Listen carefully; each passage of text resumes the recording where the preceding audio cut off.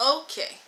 So my name is Nikia Madison, and today I will be speaking with Nancy McCormick, my aunt, about her experiences in and out of school during the riots in Baltimore surrounding the assassination of Martin Luther King. Hello. Hello, Nikki. I thank you for agreeing to do this interview with me.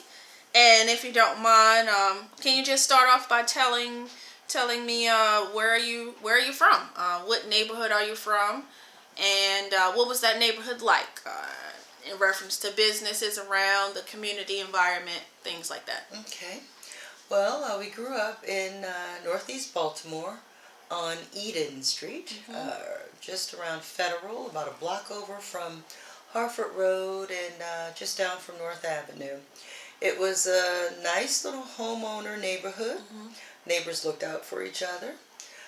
We had several stores and businesses in the community. We had a bakery, Virginia Donut shop. We had a supermarket in the area. We had big Sears Roebuck a few blocks up, and some other smaller businesses in between. Okay. It was a predominantly black neighborhood with a Okay. few mixed families who lived nearby. Okay. Let's see. Dr. King was assassinated in April of 1968. How old were you during that time? Let's see, I was in the 6th grade, I think about 12. Okay. About 12, 13 years old. Your school at that time, was it all black? Was it? Yes? Okay. Yes, all black. We went to, it was Thomas G. Hayes Elementary, which was diagonally across the street from where we lived. Okay. In reference to civil rights, the civil rights movement and the struggle of black people and all the community leaders that were prominent during that time, aside from Dr. King, what else and who else might you been aware of, and where did that information come from? Well, we were fortunate in that my dad would watch the news every day. He would come in from work and sit back in his chair and watch the news, because kids didn't watch TV, at least in my day, as they do now. We were always glad to have a chance to watch television regardless of what he had on. So the news was a staple in the house, as well as some documentary or just informational TV. I got a lot of it from that. I remember watching President Kennedy's funeral and on the television, and having questions and having my parents explain to me what had gone on and what kind of man he was.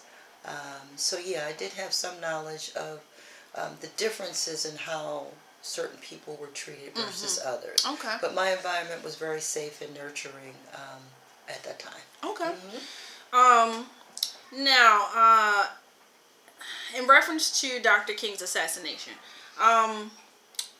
the response from the community was pretty violent. In Baltimore, there were riots and violence that lasted up to about 2 weeks. The city suffered great damages, summing up to about $10 million. There were over 1,000 fires reported, over 1,000 businesses were looted. The National Guard was deployed. What was that environment like? What do you remember about the riots? Some of the things you saw in around your neighborhood, and just the overall, I guess, sort of feeling or your understanding of what was going on. Okay, well, I think one of the strongest memories that I have is of the smell of the smoke from burning buildings. There were fires everywhere. The supermarket was on fire. The dry cleaners, the donut shop. There were just fires all along. There was also looting. I remember people running in and out of businesses, kind of grabbing TVs or food or whatever they could get their hands on. There was just a feeling of confusion and fear, I think, from my perspective. Me and my friends, we were young. We had no idea of what was going on. And then just the constant sound of sirens with the fire engines, and and the fires. That was a bit frightening for us. Yeah. What about that? I know you mentioned the Sears. Did the Sears that you know of, was that looted or? I believe to some extent there was a huge window in the front of it. I mean, a huge window in that it. There were often displays of like boats or tractors in it. I think the window may have been broken during the riots, but I recall vividly seeing the National Guard perched around it, and their vehicles, and of course their rifles and their stoic faces, and that was really first just very interesting, but then frightening because you never got a reaction from them. They were just very serious about guarding that Sears. So, yeah, they did try and get in. Sears had all kinds of stuff that would have been of interest, but they were very protective of that store. Now I'm going to go back a little bit. So prior to the assassination of Dr. King, during the Civil Rights Movement, which 1968 was a little late in the movement, but Maryland was one of the states that was pretty slow in reference to desegregation. Despite the Brown versus Board ruling that desegregation was unconstitutional, despite the Civil Rights Act of 1964, which basically banned discrimination in public places, including school, but public businesses and things like employment-related issues and stuff like that. In your experience as a young child, did you ever have any instances where you weren't allowed to go places? It could have been the movies or, say, the Sears, or did you ever have any experiences with not being able to go into places? Not necessarily in terms of not being able to go in, but knowing that you weren't welcome was a better feeling. I remember my mom would take us downtown. At the time, there was a Stewart's department store there, and you kind of go in and you would watch very closely. You would follow very closely in terms of what you were doing. They were kind of falling over themselves to help you, to try to get you in and out. Wow. So I recall that. The Sears, I really didn't have a problem with. We would go there regularly, even as kids, to get the chocolate-coated peanuts at the little candy section of the store, which was on the first floor and very close to the door. So we never really kind of got up into the actual shopping area, but I can't say that I've had a whole lot of those experiences. I think my mother did. Oh, okay. Did she ever talk about any? Well, with you? Yeah. I mean, I know to you some guys were extent, young. I would, you'd hear her talking to her friends about something that may have happened while she was out. This person was very slow to wait on her, or threw her change on the counter to her, or gave her the wrong thing and then wouldn't take it back. That kind of behavior. Yeah. Okay. Yeah. All right. We can move back up after the assassination and during the riots. So, you mentioned you had a lot of those prominent businesses in your area. After the riots, how was your neighborhood affected? That was sad. It was sad because those businesses were gone. They were just, smoldering ruins, and then eventually just vacant lots that were there. The supermarket was gone. Dry cleaners was gone. Other small businesses, places that sold items were gone.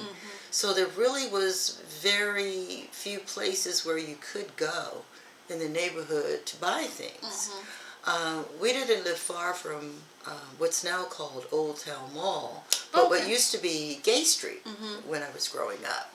And there were a number of stores and all there, and some of those were messed up during the riots also. So it took a while for those things to finally be rebuilt. I mean, decades in some instances, where the neighborhood just stood without supermarket, just never recovered. places to go.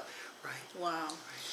Right. Let's go into your junior high years. Okay. I know that you attended Hampstead Hills Academy, Mm-hmm. which is located in Patterson Park, Mm-hmm. which was at the time a predominantly wealthy white neighborhood. Mm-hmm.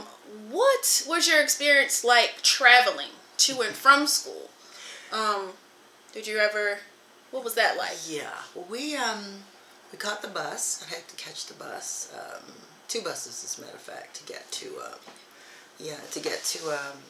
Hampstead Hill. Mm-hmm. The buses were often attacked by kids in the neighborhood, or even some older folks at times. There were stones thrown at the buses. There were we were spit at times, and then even walking, trying to get through the park to our school after we got off was a little difficult sometimes. We had to hang together as a group of maybe 8 to 12. There were about a dozen of us, blacks, who were at the school at that time. Just that few, in various grades. And we would make sure that no one left alone. We always stayed together as a group to make sure that folks didn't get attacked. Because there had been instances of being attacked during the park by some folks.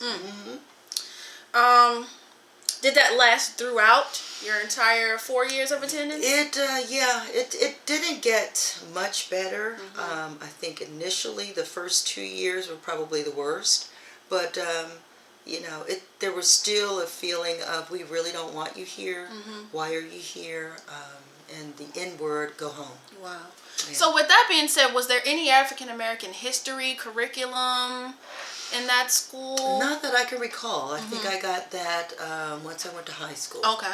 Okay. Now I do know that later on in life you worked very closely with Kwesi Mfume with the NAACP, and when he was a Congressional Black Caucus member. Did anything that happened in your childhood influence your decision later on in life? That's interesting. As a child, when people would ask me what I wanted to be when I grew up, I would always just say, I want to help people. I want to do something to help people. Initially, I thought that meant nursing, so I went to college thinking I would be a nurse, switched over to a business admin major instead. And I'd always been politically active in political organizations in the area. And so when an opportunity came to take a job with them, or an opening came, they thought of me, and I took the position. And we worked together for some 18, 19 years through Congress and the NAACP for his tenure there. It was very rewarding. I did get to help a number of people, constituents who needed help with some problems, helping with some of the legislation that was passed specifically regarding minority businesses. He was chairman of the Congressional Black Caucus for a couple of years, as well as chairman of the House Banking Committee, where he was on the House Banking Committee. And so we managed to help get some literature or some legislation through during that time. Would you say that was maybe one of your most memorable? That was memorable, one of the highlights of my life. And I really what did that do in reference to African Americans? It made it easier, or attempted to make it easier for small businesses to obtain loans, and for minorities just to be able to get into the banking system. Okay. All right.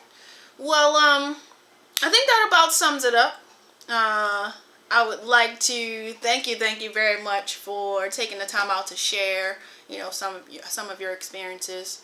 And again, I just greatly appreciate your time and you sitting down with me today. Thank you. My pleasure. It's always a pleasure to pass it on. Yes. Okay. Yes, it's greatly appreciated.